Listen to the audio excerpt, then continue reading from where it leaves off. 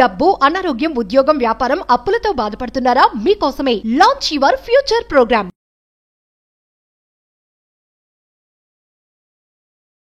నమస్తే కళ్యాణ్ గారు. కళ్యాణ్ గారు, మనకి సుమా అని ఒక ఆవిడ మనకి మెయిల్ చేశారండి. విషయం ఏంటంటే తనకి పెళ్ళై 20 ఏళ్ళు అవుతుంది. కూతురికి ఒక 6 నెలల్లో పెళ్ళట. నా కూతురికి పెళ్ళైతే నేను విడాకులు తీసుకోవాలి. నాకు చాలా షాకింగ్ అనిపించింది. కూతురికి పెళ్ళి ఏంటి, ఈవిడికి విడాకులేంటి అని కొంచెం క్లియర్గా చదివాను నేను. నాకైతే విషయం అర్థమైంది. కానీ చాలా అర్జెంటు, ఇమీడియట్ గా తనతో మీరు మాట్లాడాలి. తప్పకుండా. సుమ మనకి నెంబర్ ఇచ్చారు, నేను ఒకసారి మాట్లాడతాను, కాల్ చేస్తాను. ఎస్ ఫోన్ కాల్లో అండి, తను రావడానికి సిద్ధంగా. దెన్ నేను కాల్ చేసేస్తాను. మరి నో ప్రాబ్లం.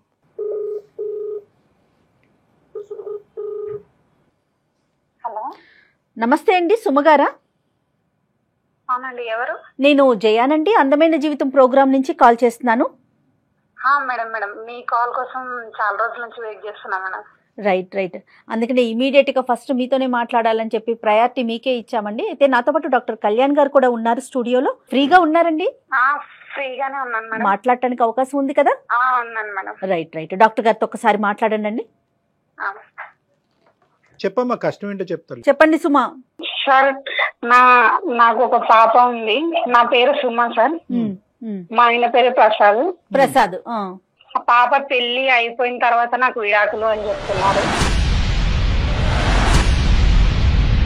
పాప పెళ్లి అయినాక విడాకులు? ఇదేంటమ్మా, చాలా విచిత్రంగా ఉంది అసలు. అందుకే మేడం నేను చాలా రోజుల నుంచి వెయిట్ చేస్తున్నా, మీరు నాకు సలహా ఇస్తారేమని మీ వల్ల.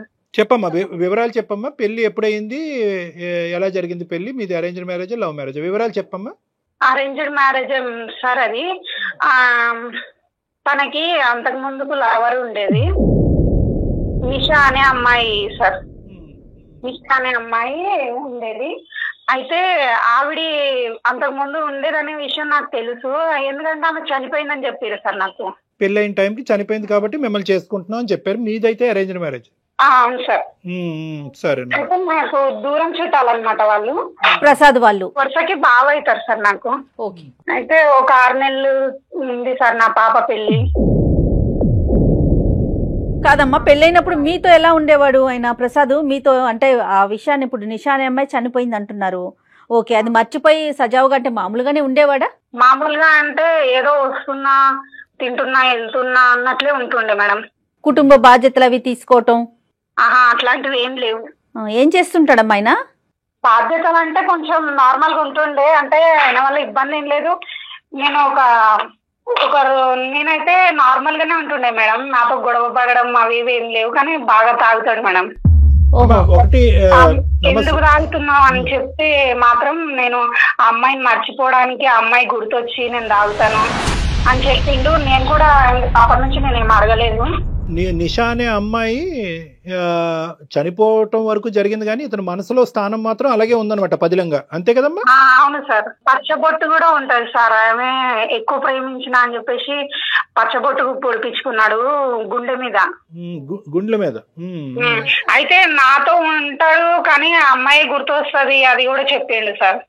చెప్తే నేను కూడా నార్మల్ గానే ఉన్నా, ఏదో ఇంకా పెళ్లి అయిపోయింది అది అనేసి, ఆమె లేదు కదా అనేసి నేను కూడా ఆమె లేదన్నట్టే ఉంటున్నా. మీరు కంఫర్టింగ్ గానే మిమ్మల్ని ఒప్పించుంటారు. అతను ఏమొచ్చి తాగుతున్నాడు, అతను ఆ బాధల్లో కూరుకుపోతున్నాడు, అతను డైవర్ట్ చేయడం గురించి పెద్దలు ఏమొచ్చి, అమ్మ అదంతా అయిపోయిందమ్మా, అమ్మాయి చనిపోయిందమ్మా, దామ్మ దగ్గర బంధువులే చేసుకుందాం అనగానే నువ్వు తల ఊపావు. అంతే కదమ్మా? అంతే. అయితే ఏంటంటే మనసులో ఉన్నదా లేదా, ఉంటే గింటే కనుక ఎలా తీయాలి అని అనుకుంటున్నాడు, తాగుడు ద్వారానే మర్చిపోవాలని అనుకుంటున్నాడు, ఒకప్పుడు తాగుడికే బానిస అవుతే కనుక ఫ్యూచర్ ఎలా ఉండబోతుందని లోతుగా నువ్వైతే విశ్లేషించలేదు, పెద్దలు ఒప్పించారు, చేసుకున్నావు. అంతే కదమ్మా? ఇప్పుడు తాగుడికి బానిస అయ్యాడమ్మా? రోజు కొడతాడా? కొట్టడం అలాంటివి ఏం చెయ్యదు సార్. తాగుతాడా? తాగుతాడు అంతే రోజు. ఏంటమ్మా, వ్యాపారమా ఉద్యోగం అతను చేసేది? జాబ్ చేస్తారు సార్. ఇప్పుడు నీ బిడ్డకి 22 సంవత్సరాలమ్మా? 22 సంవత్సరాలు సార్. ఒకటే పాప. 6 నెలలలో పెళ్లి ఉంది. ఆ పెళ్లి అవగానే నాకు విడాకులు అని నాకు చెప్తున్నాడు సార్. నేను అసలు నేనేమైపోవాలి, నేను ఎక్కడికి వెళ్ళాలి, నాకేం తోచట్లేదు సార్. అప్పుడు మా వరకు రాకముందు నువ్వు ఎవరి దగ్గరికి పోలే, అంతే కదా? పోలేదు సార్. నాకు ఎక్కడ ఎవరు చెప్పుకోవాలన్నా నా బాధ తెలియట్లేదు. నీకేమనిపిస్తుంది అంటే, ఎందుకు ఇంత నిర్ణయం తీసుకున్నాడు అట్లా? నీకే అంటే నీ వరకు నీకేమన్నా తోచిందా తల్లి? నాకేం తెలియదు మేడం. పాప వరకు చెప్పావమ్మా? పాపకి ఏమైనా అర్థమైందా ఇది? పాపకి తెలీదు, వాళ్ళకి తెలిస్తే ఏమవుతుంది ఏంటి అని. అతనితో ఒకసారి మనం మాట్లాడటానికి అవకాశం ఉంటుందా? నేను కాల్ చేయనా సార్? ఒకసారి కనెక్ట్ చేయండి సుమా. చేస్తున్నాను. మీరు మాట్లాడే వ్యక్తి ఆమె పిల్ల ఎక్కడి నుంచి వచ్చింది? దయచేసి లైన్ లో వేచి ఉండండి. చాలా మంది ఇలా ఉంటారండి. పిల్లలే ఇంపార్టెంట్. అంతే, పిల్లలే పిల్లలే. తను లేనిదే పిల్లలు లేరు, లేదా అతను లేనిదే. హలో, ఏమి టైంలో ఫోన్ చేసినారు? ఎక్కడున్నారు మీరు? ఏదో బయట ఉన్నాను, చెప్తే వచ్చాయి కదా. నార్మల్ గా ఫోన్ చేశాను బావా. సరే. ఇక్కడ అందమైన జీవితం అనే ప్రోగ్రామ్ వాళ్ళు కాన్ఫరెన్స్ లో ఉన్నారు, కొంచెం మాట్లాడతారా? ఏంటిది? ఏం చేస్తారు? ఏం లేదు బావా, నార్మల్ గానే భయపడిపోతున్నా. నమస్తే అండి ప్రసాద్ గారు. ప్రసాద్ గారు నమస్కారం అండి. సారీ అండి, మీకు చెప్పకుండా మిమ్మల్ని మేము మీ కాన్ఫరెన్స్ కలపాల్సి వచ్చింది, వేరేలాగా అనుకోవద్దు. నేను జయానండి, అందమైన జీవితం ప్రోగ్రామ్ నుంచి, సుమన్ టీవీ నుంచి కాల్ చేస్తున్నాను. నాతో పాటు డాక్టర్ కళ్యాణ్ చక్రవర్తి గారు కూడా ఉన్నారు. ప్రసాద్ గారు నమస్తే అండి. సార్ నమస్తే సార్. మీకు చెప్పపెట్టకుండా ఫోన్ చేసినందుకు క్షమించండి. పర్లేదు సార్, చెప్పండి సార్. అంటే ఏం లేదు, చిన్న సందిగ్ధ పరిస్థితి, చిన్నదనాలో పెద్దదనాలో లేదంటే తెలియక అంశం తెలియని అంశం తెలియదు, కానీ ఇప్పుడు ఆవిడతో మీరు అన్నారంట పిల్ల పెళ్లి అనేటటువంటిది ఎంత సంతోషకరమైనటువంటి అంశం, దాంతో పాటు మనకు కూడా మన ఇద్దరి మధ్యన కూడా గుడ్ బై అన్నారంట మీరు. ఏంటండి అది? ఇప్పుడు ఇన్నేళ్ళు మనసు చంపుకొని కాపురం చేశాను సార్. అంటే మా భార్యని తప్పుగా అనట్లేదు. ఒకటి, నా మనసుకు నచ్చిన అమ్మాయి, నేను మ్యారేజ్ కి ముందు ఒక అమ్మాయిని ప్రేమించాను. ఏంటి ఇప్పుడు ఆవిడ చనిపోయింది? సార్ ఇప్పుడు నేను 1997లో హైదరాబాద్ వచ్చాను సార్ కోర్స్ గురించి. Okay sir. అప్పుడు నాకు ఇక్కడ ఒక బస్ స్టాప్ లో ఒక అమ్మాయి పరిచయం అయింది. ఆ అమ్మాయి వచ్చి నర్సు సార్. ఓకే. నేను ఆ అమ్మాయి గాఢంగా ప్రేమించుకున్నాను సార్. ఎంత ప్రేమ అంటే ఒకరిని విడిచి ఒకరు ఉండలేనంత పరిస్థితి. అంటే నా కోర్స్ అయిపోయిన తర్వాత కూడా ఆమె కోర్స్ అయిపోవాలని చెప్పి ఆమె కోసం 3 ఏళ్ళు వెయిట్ చేశాను సార్. Okay okay. నేను ఎంతగా ప్రేమించానంటే మా తల్లిదండ్రులను కూడా అంతగా ప్రేమించాను సార్. అంత ఇష్టపడ్డాను ఆమె. ఆమె కూడా మిమ్మల్ని, ఆమె కూడా నన్ను అంతే ఇష్టపడింది సార్. ఓకే. అది మేము మ్యారేజ్ చేసుకున్నామని ఇంట్లో వాళ్ళని ఒప్పిద్దామని చెప్పి, ఆమె మా ఇంట్లో వాళ్ళు నేను ఒప్పిస్తాను, మీ ఇంట్లో వాళ్ళు మీరు ఒప్పించండి అని చెప్పి మేము ఊరికి వచ్చేసాను సార్. నేను వచ్చేసిన తర్వాత ఒక 1-2 నెలలు అయింది సార్. ఆమె నుంచి ఏ రెస్పాన్స్ రాలేదు సార్ నాకు. ఇంకా నాకు నేను పిచ్చెక్కి ఏమైంది అని ఒక టీవీలో ఎదారితో ఆమె కోసం ఎంక్వైరీ చేశాను సార్. వాళ్ళ ఊరికి వెళ్ళాను. వాళ్ళ ఊరికి వెళ్తే ఆమె చనిపోయింది. లేదండి, వాళ్ళ అమ్మ వాళ్ళ నాయన కానీ ఎక్కడి నుంచి వచ్చారు, ఆమె చనిపోయింది, అందుకు వాళ్ళ అమ్మ వాళ్ళ నాయన కూడా వెళ్ళిపోయారు అని చెప్పారు. ఎవరు చెప్పారండి? వాళ్ళ స్నేహితులు, బంధువులు అట్లా ఎవరు? పక్కన ఇంటి దగ్గర ఉంటారు కదా. Okay okay. ఎలా చనిపోయింది? వాళ్ళు అది చెప్పలేదు మేడం. చనిపోయింది అని అంటేనే నేను ఆ షాక్ గురైనా మేడం. అసలు ఏమీ అడగలేదు మేడం. ఇంకా చనిపోయింది అంటేనే నా ప్రాణం ఇంకా లేదు మేడం అనుకుని ఇట్లు నెయ్యి తిరిగాను మేడం. ఏం చేయాలో తెలియట్లేదు. అప్పుడు ఒక తాగుడుకు బానేసాను, ఏం చేయాలో తెలీదు. ఇంకా అసలు డిఫరెన్స్ లేక వెళ్ళిపోయాను మేడం. మా అమ్మ మా నాన్న ఇంకా వీడిలాగా ఉంటే పిచ్చోడైపోతాడని చెప్పి మా దూరప చుట్టాలమ్మాయి మేడం, మా బంధువులు సుమా మా దూర బంధువులు. కాకపోతే నేను ఒకటే చెప్పాను మేడం, వాళ్ళమ్మ వాళ్ళ నాన్నగా చెప్పండి, నా మ్యాటర్ చెప్పండి, నేను ఇలా ఒక అమ్మాయిని ప్రేమించానని చెప్పి మళ్ళీ ఆ అమ్మాయిని చెప్పండి ఒక మాట. ఎందుకంటే రేపు పొద్దున తెలిసినా గానీ మనస్పర్ధలు రాకూడదు మా ఇద్దరి మధ్యలో అని చెప్పాను మేడం. చెప్తుంటే ఈమె సరే అండి, సరే ఏం పర్లేదు అని.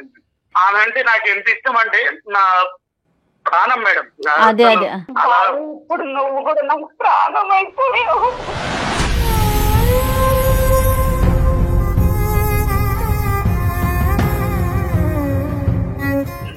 నువ్వు ఏడవద్దు, నేనేం చేయాలి చెప్పు. ఇప్పుడు నేను ఇన్ని రోజులు ఉన్నా కదా మీకోసం 23 నుంచి ఉన్నా కదా, ఇప్పుడు నా కోసం నేను కానీ ఉండాలి కదా. ఇన్ని రోజుల నుంచి ఇదే అర్థం చేసుకున్నావా బావా నన్ను?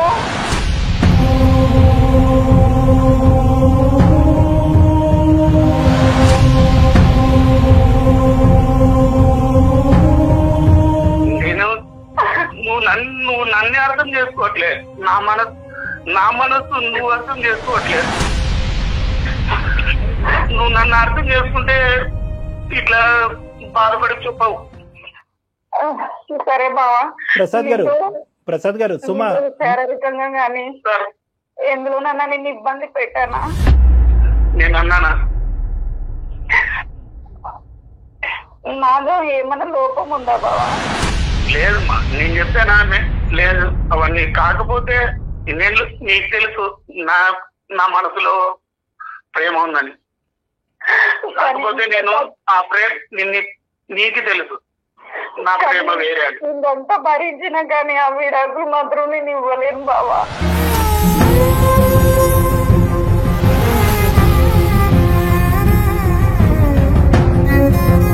మేడం నాకు కొంచెం హెల్త్ బాగాలేకుండా మేడం, ఒక హాస్పిటల్కి వెళ్ళాను. ఓకే. ఒక హాస్పిటల్కి వెళ్ళిన తర్వాత నిషా ఫ్రెండ్ అక్కడ పలకరించింది మేడం.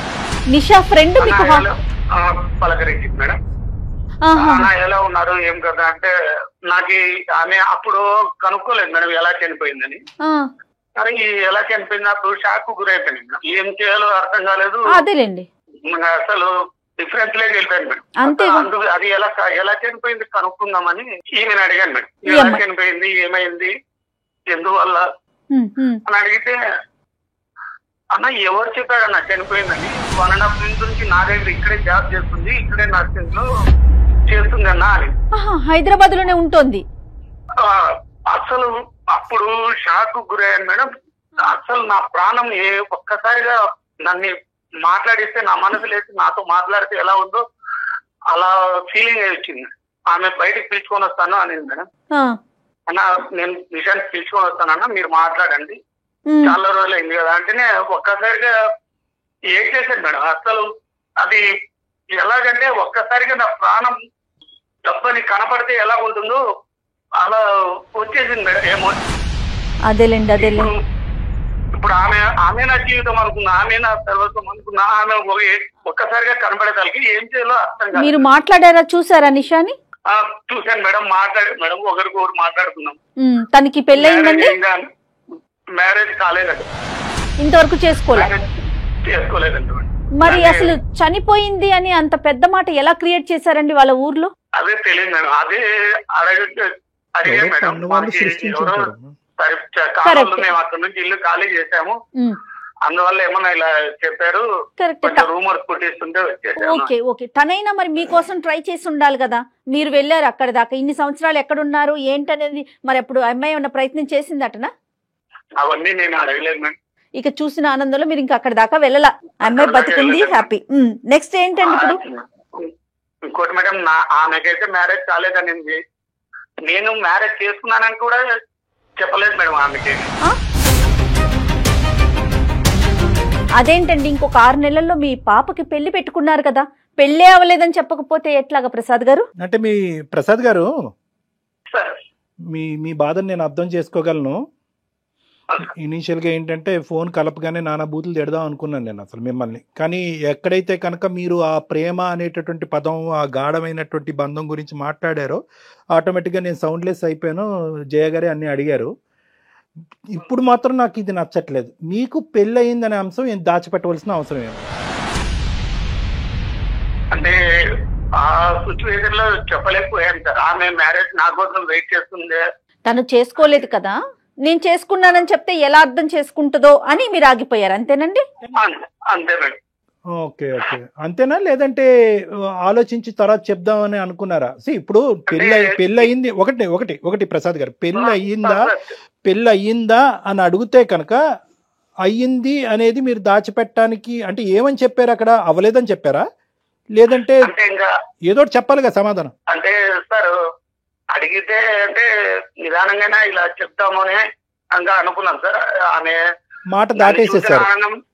దాటి డైవర్ట్ చేశాను సార్. మరి స్వార్థం కదా సార్ అది. ఇప్పుడు వరకు ప్రేమ అన్నారు, జీవితం అన్నారు, ఆ అమ్మాయి నా సర్వస్వం అన్నారు. ఆ అమ్మాయి పక్కన భార్యని లైన్లో పెట్టి పాపం ఆ అమ్మాయి ఇంకా బతుకుంది. అది గ్రేట్. మీ ఆవిడకి శతకోటి వందనాలు. అవును మేడం, శతకోటి వందనాలు మీ భార్య గారికి. ఆవిడకి పాదాభివందనాలు చేయాలి నిజంగా. ఎందుకంటే కనుక ఒక ఆడది 20-21 సంవత్సరాల పాటు భర్త మనసులో వేరే వాళ్ళ స్థానంలో పెట్టుకున్న భర్త 1-10 సార్లు పక్కన పడుకున్నా, కుర్చీలో కూర్చున్నా, భోజనం వడ్డిస్తున్నా, ఇవన్నీ కూడా నువ్వు నాకు సేవకురాలుగానే చేస్తున్నావే గానీ నీ మనసులో నీకు స్థానం లేదు అనేటటువంటి మాట వింటూ భరిస్తూ ఆవిడ ఇక్కడి వరకు ప్రయాణం చేస్తుంది. చూడండి, ఈ దరిద్రమైనటువంటి న్యూస్ వినటం గురించి ఆవిడకి హ్యాట్స్ ఆఫ్ నిజంగా. కేవలం దాచిపెట్టడానికి కారణం ఏంటంటే మీకు ఒక ప్లాన్ ఆఫ్ యాక్షన్ అనేది ముందుగానే క్రియేట్ అయింది. ఏంటంటే ఇక్కడికి రావాలి, ఇక్కడికి మీ భార్యకి ఏదైతే ఇప్పుడు ఒక బ్రేకింగ్ న్యూస్ చెప్పారో గుడ్ బై చెప్పాలి అనేటటువంటిదా? అందుకే సరే ఇప్పుడు మా ఆవిడకి ఆల్రెడీ తెలుసు సార్. ముందే నేను మ్యారేజ్ ముందే అని చెప్పాను. నా మనసు ఆవిడే ఉందని, చనిపోయిందని కదా తెలుసు సార్. గురుగారు, నేను చాలా ముదురు క్యాండిడేట్. నాకు ఇలాంటి అంశాలు నాకు బాగా తెలుసు. ఏమని చెప్పారు? ఆ అమ్మాయి నా మనసులో ఉందనే చెప్పారు కానీ రేపొద్దున చచ్చి ఆ అమ్మాయి బతికిన తర్వాత నీకు విడాకులు ఇస్తానని చెప్పారా? లేదంటే మన అమ్మాయి పెళ్ళిడికి వచ్చి పెళ్ళి అవుతే కనుక విడాకులు ఇస్తానని చెప్పారా? అది ఒప్పంద పత్రం రాసుకున్నారా? మూడు ముళ్ళు వేసుకునే టైంలో పెద్దవాళ్ళకి చెప్పారా? సార్ ఒకటి సార్, చనిపోయిన అమ్మాయి బతికొస్తుందని నేను అనుకోలేదు కదా.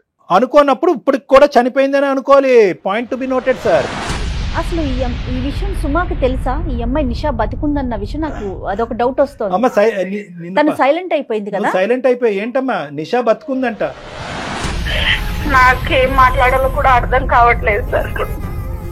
ఇన్ని రోజులు నేను సైలెంట్ గా ఉన్నా అని చెప్పి ఇక్కడ దాకా తీసుకొచ్చిన వాళ్ళు. ఇప్పుడు మిలియన్ల నుంచి నీకు తెలుసు, నా మనసు తెలుసు, ఎప్పుడన్నా ఇప్పుడైనా ఇంకా ఎప్పటి నుంచో సాగుతుందా ఈ రంకు వ్యవహారం?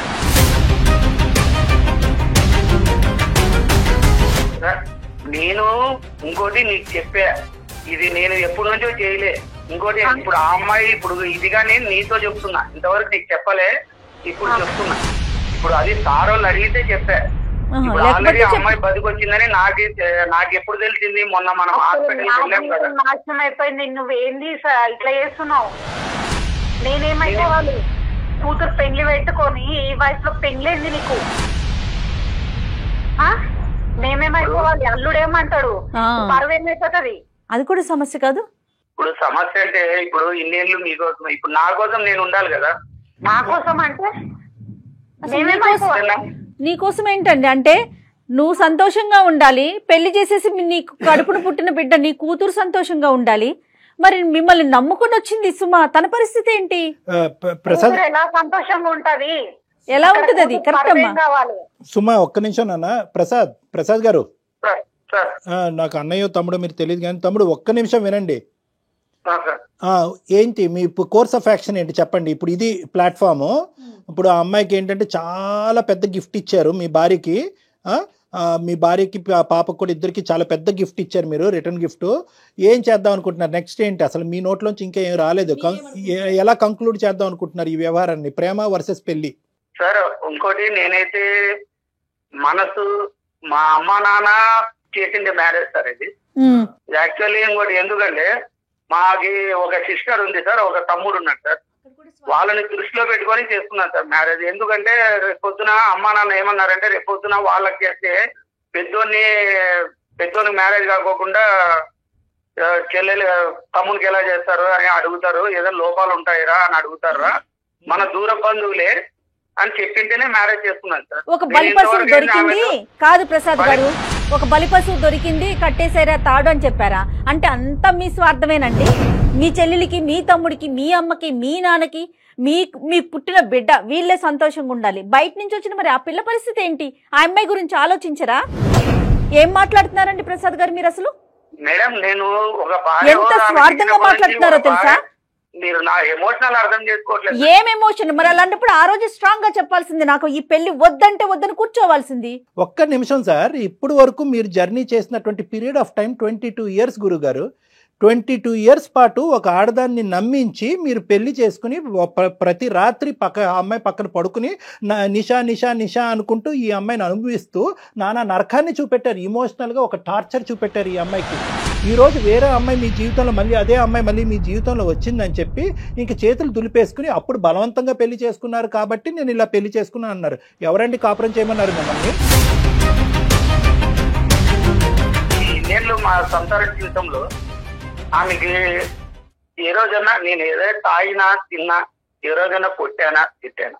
మీ డెఫినేషన్ లో ఒక ఆడదాన్ని ఏడిపించేటటువంటి లిస్ట్ ఆఫ్ థింగ్స్ లో మీ డెఫినేషన్ లో కేవలం తాగి కొడితేనే అది వస్తుందా, లేదంటే ఇది ఇంకా హింస అదే అండి ఒక ఆడది ఆశించేది?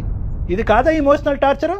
ఈ అమ్మాయే ఒక వ్యక్తిని ప్రేమించింది, ఆ వాడు చనిపోయాడు, పెద్దవాళ్ళు తీసుకొచ్చి ఆ అమ్మాయి మారట్లేదని చెప్పి మీకు పెళ్లి చేశారు. ప్రతిరోజు ఈ అమ్మాయి మీ పక్కలో ఉంటూ వాడిని తలుచుకుంటూ మీ పక్కన పడుకుంటుంది. ఒప్పుకుంటారా?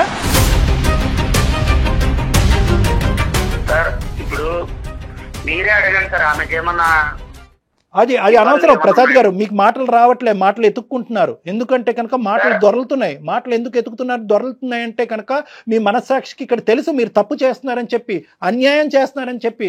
ఇక్కడ కూర్చోవలసింది నేను కాదు, ఈరోజు నేను కాదు. ఇక్కడ ఎవరిని కూర్చోబెట్టాలో తెలుసా? ఈ స్థానం నిర్ణయం తీసుకోవాల్సినటువంటి ఈ స్థానంలో డాక్టర్ కళ్యాణ్ చక్రవర్తి బదులు మీ కూతురిని కూర్చోబెట్టాలి. ఇక్కడ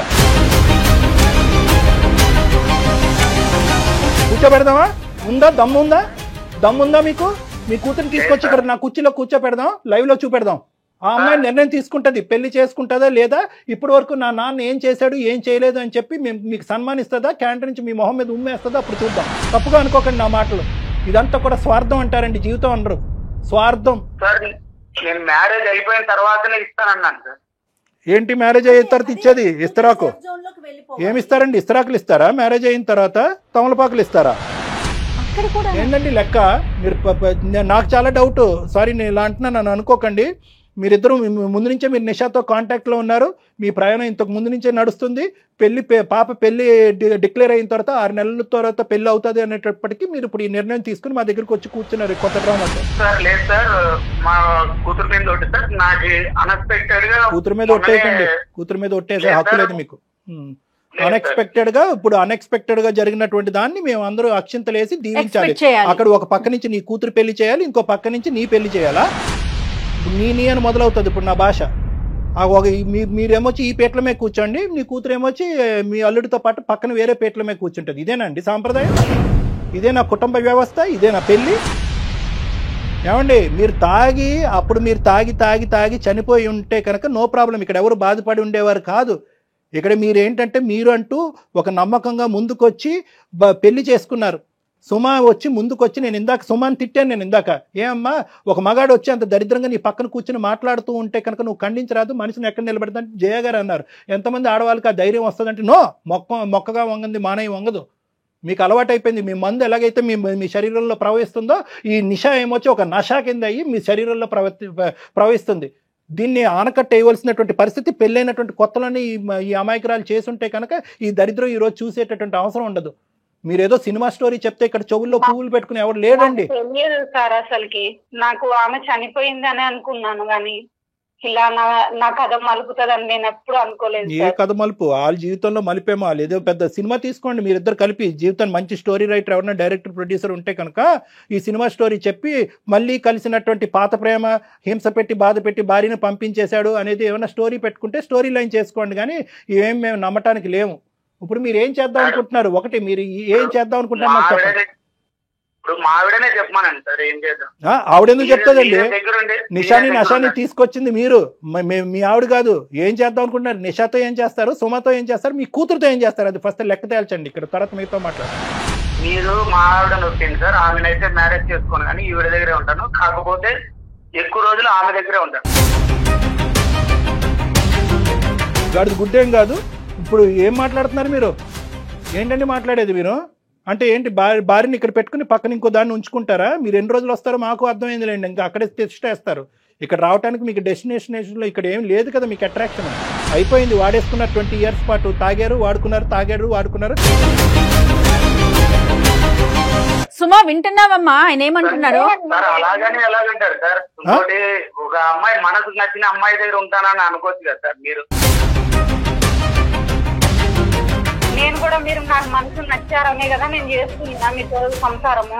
అంటే మీరు ఏమనుకుంటున్నారు ఇప్పుడు? అంటే ఆవిడని పెళ్లి చేసుకున్నావు, నేను ఇప్పుడు నీకు ఉంపుడు గతిలాగా ఉండాలి పక్కకి.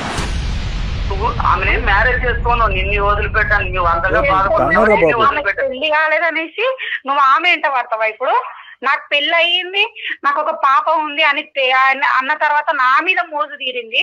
నీకు ఆమె మీద కనుక ప్రేమ ఉంటే నువ్వు నా పక్కలోకి రాకపోతుంది.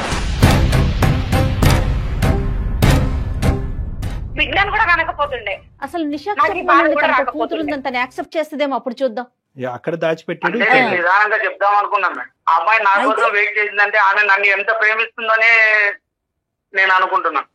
ఏం మాట్లాడుతున్నా? నా ప్రేమ అర్థం కాలేదు, దాని ప్రేమ నీకు అర్థమైంది. 20 ఏళ్ళు కాపురం చేసింది. ఏమయ్యా ఏదయ్యా ప్రేమ? ఏంటి ప్రేమ? సంసారం చేసింది నా దగ్గర. ఏ నీ భార్య నీకు ఇచ్చింది ప్రేమ కాదా? నీ కూతురు నమ్ముకుని ఇప్పుడుతో పాటు నీతో పాటు తండ్రి ఎంతో పవిత్రమైనటువంటి మనిషి అని చెప్పి ఊహించుకుంటుంది. బొమ్మలాగా ఉన్నా ఇంట్లో కదా, నువ్వు ఆట ఆడితే నువ్వు ఆడేలాగా. ఒకటి ప్రసాద్ గారు, నేను ఒక్కటి చెప్తున్నాను వినండి. మీలో కూడా ఎక్కడో చోట మంచితనం అనేది, మానవత్వం అనేది ఉంది అనే నమ్మకంతో కూడా నేనేంటంటే ఇంకో లెవెల్కి వెళ్లకుండా చాలా మర్యాదపూర్వకంగా నేను మాట్లాడుతున్నాను. ఇప్పటికీ కూడా నాకు మీ మీద ఎటువంటి ద్వేషం లేదు, నేను మీ శత్రువుని కాదు. ఒక మానవతా దృక్పథంతో మీకు మీ ప్రేమ అనేది ఎంత ఇంపార్టెంటో మీరు మీ భార్యకి మీ కూతురికి అంతే ఇంపార్టెంట్. ఇది ఫస్ట్ గుర్తుపెట్టుకోండి. నెంబర్ 1. నెంబర్ 2, ఎట్టి పరిస్థితుల్లో మీ భార్య మీకు విడాకులు ఇవ్వదు. మీరు తాగుడు ఆపేసి మీరు చేసినటువంటి తప్పు ఏంటి అనేది రియలైజ్ అయ్యి ఇప్పుడు కానీ తర్వాత కానీ ఇక్కడ జరిగేటటువంటి వాస్తవ పరిస్థితి మీ నిషాకి చెప్పండి. Most important. ఎందుకంటే ఆ అమ్మాయికి మెడకాయ మీద తలకాయ ఉంటే కనుక నిజంగా ఆ అమ్మాయిలో ఒక ఆడది అనేటటువంటి ఒక మానవత్వం అయినటువంటి ఒక యాంగిల్ ఉంటే కనుక సచ్చినా కూడా ఇందులో వేలు పెట్టదు. నెంబర్ 1 నేను అనుకుంటున్నా. ఆ అమ్మాయి కేరళ నేనైతే ఒకటే అనుకుంటున్నా, నేనైతే ఆమె నన్ను ఇప్పటికీ ఇష్టపడుతుంది కాబట్టి.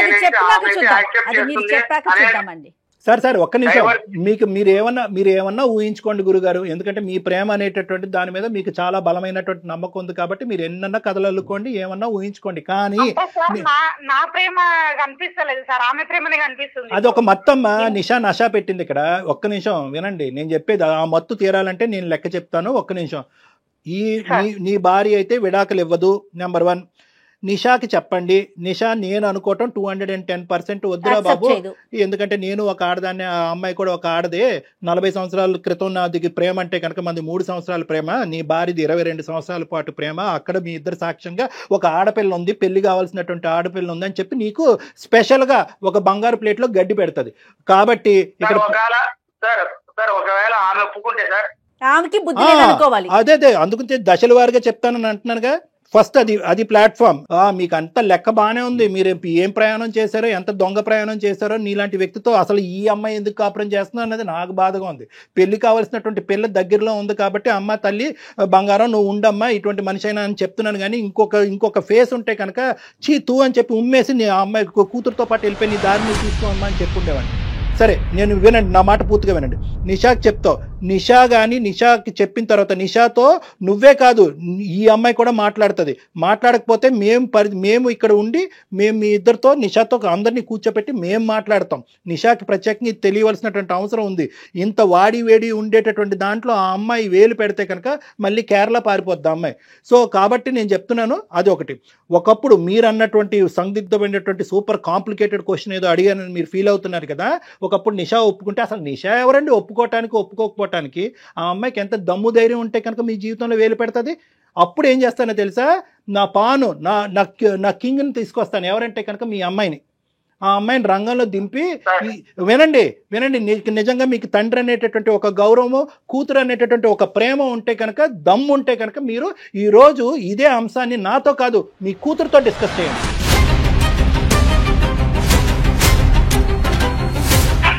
సార్ అమ్మాయి తీసుకురావద్దండి సార్, అమ్మాయికి చెప్పద్దండి సార్.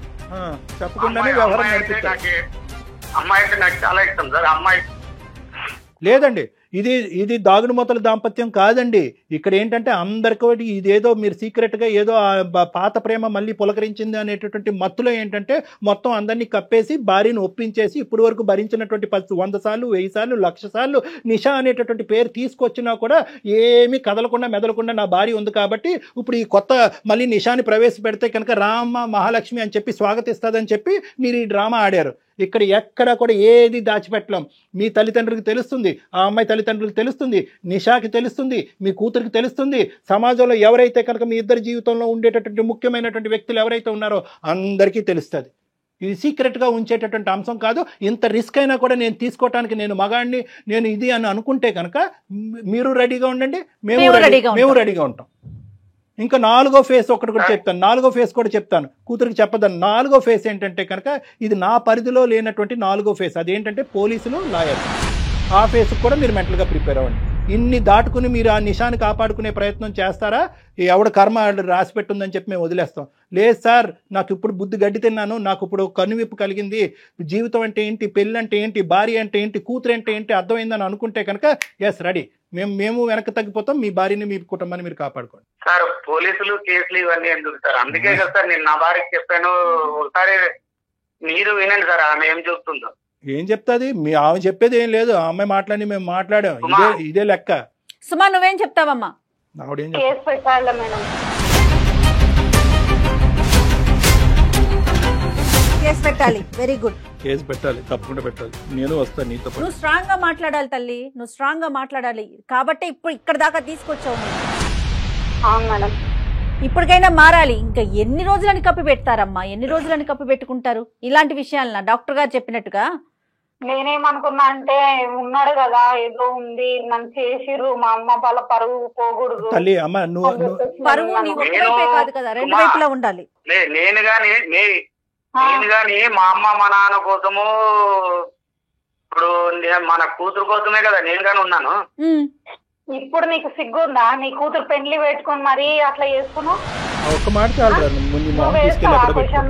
పొద్దున్న ఆ పిల్లని వాళ్ళ అత్తవారింటి వాళ్ళు సరిగ్గా చూసుకుంటారా? వాళ్ళ ఇంట్లో ఎట్లా అవుతుంది? మీ అమ్మ మీ నాన్న విడిపోయిండ్రు, నువ్వు కూడా ఇట్లనే.